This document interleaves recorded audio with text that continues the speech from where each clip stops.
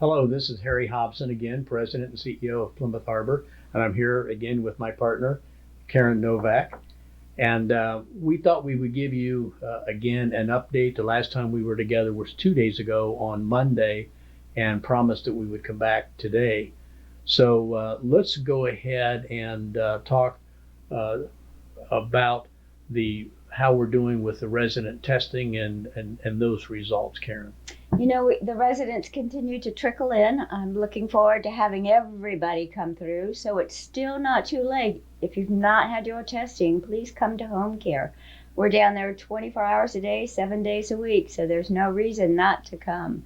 We're shooting for 100%. I would say that we've got just a little bit of ways to go, but come on down. It doesn't hurt, and I think it will really help us establish a really solid baseline so that when we start to open things up again, it's going to really be a benefit. Well, you said the other day, talk to your neighbors, and some of those that haven't had it done. Yeah, you were hearing early on that maybe some folks were just a little bit afraid of it, but it really is painless. Absolutely. It's got a little tickle to the nose, Harry, and it'll maybe make you cough, but it doesn't hurt. It's not a nasopharyngeal where it goes all the way down. This one just kind of rides right up into the nares itself, and it's done before you know it. So we had promised our residents that the results should be in by this Friday. So Yes.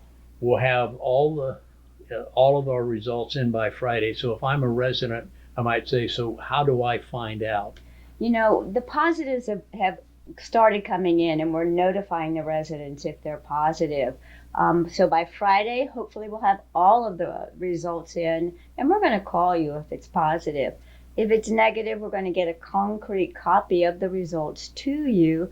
Most likely it'll be delivered to your door for HIPAA and for privacy concerns, but we want you to share that information with your primary care physician, as well as with your spouse or significant other. When I think what's important when Karen makes a reference to the positives, really, we've only had 4 positives Yes. out of a large number that we've received back so far.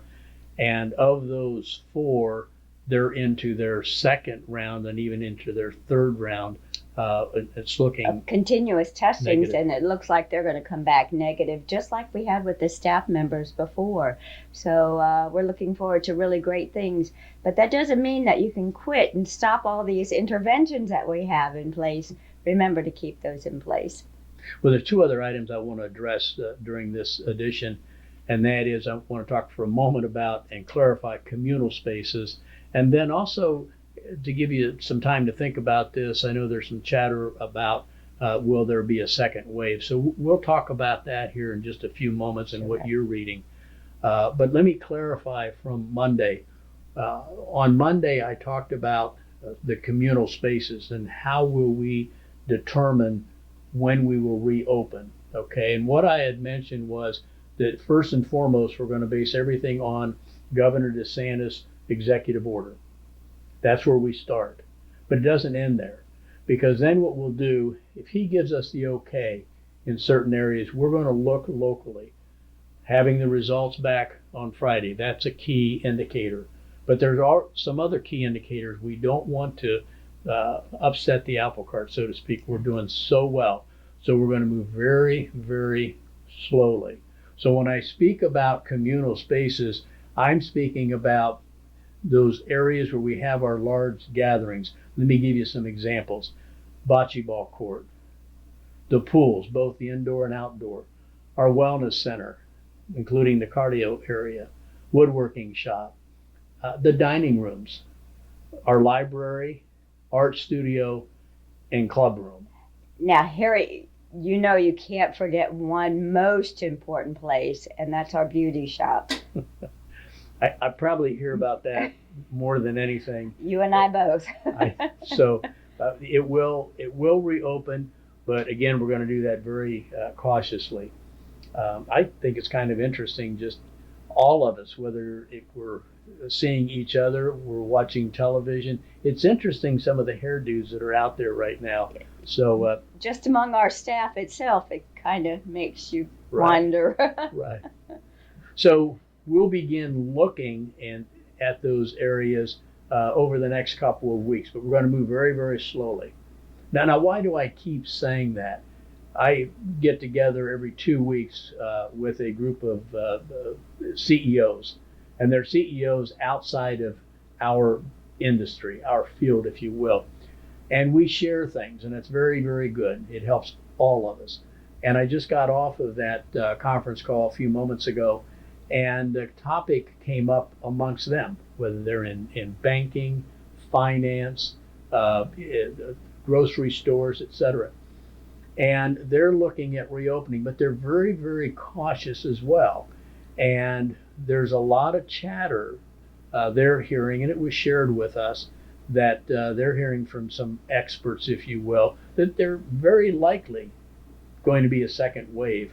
Now, Karen, I know you keep up, and we talk about evidence-based. That's what we base everything on. So you are a reader. You look at JAMA. You do WHO, World Health Organization, the Correct. CDC.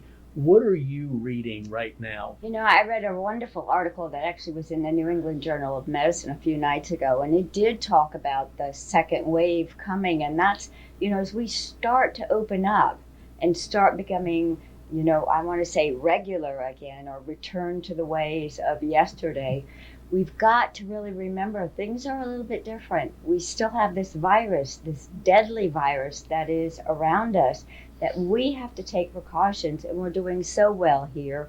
We have to remember to keep that social distance, wash our hands, don't bring your hands to your face. And sometimes people kind of forget that and get carried away a little bit. I think that's why you see some of the professionals and the experts and those that are on that leading edge or that cutting edge of research really getting their attention devoted to that second wave and how can we prevent that. I think there's a lot of talk now about testing and identifying better testing processes so that when that second wave does come, maybe we can find different interventions and have an earlier detection system. I think that's kind of what the article at the New England Journal kind of focused in on, recognizing that yes, we probably are going to have that second wave, and how can we prepare differently for that wave compared to the first one that we just kind of are going through. So it's not your imagination, okay? The theme that's really being woven through our conversation today is caution and Very moving slowly. As soon as we finish this video, in about 30 minutes, I'll be going on to another Zoom call that also meets once a week. And those are my counterparts in 11 or 12 continuing care retirement communities. And we talk very openly as well. And each one of us will report. I'll ask everybody to give a report, and I'll start off. But they are also in a very cautious mode. And why is that? For our residents and our team member health and well-being. That's what it's all about. So have patience with us. This too will pass, but we want to do it right, taking everything into consideration. Absolutely, and that's why the testing component that we're doing here at Plymouth Harbor is so vital to us being successful. We really have to understand where we're at today to know if we've got something that we need to look at for tomorrow. So again, if you haven't had your testing, come on down. Good. And also, let me just give a little bit of a plug. When you look at Channel 195 at noon every day, I take the opportunity to introduce you to a team member. And this week we've got Sonia Williams, who's been joining me. And I really encourage you to take a look at that on Channel 195. My goal is to follow that up with an introduction of our new Director of Nursing, Katie Tackett. I'd love for you to meet her, and I think we're going to invite her to the table. So you'll see that on 195 next week. So Karen, I am again looking over my notes. I think I've covered everything here. Yourself? I think we're good, but we have to end our talk. First of all and foremost, be cautious. We want to make this a very successful time and not have any kind of back steps. So in order to do that, we've got to remember social distancing. Keep that 6-foot parameter all around you, making sure that you keep that free of anybody. Wash your hands, do it frequently, and hit those high touch areas. And just because it's absolutely beautiful outside, please remember to bring your mask with you. They're really important, especially when you're in the facility itself.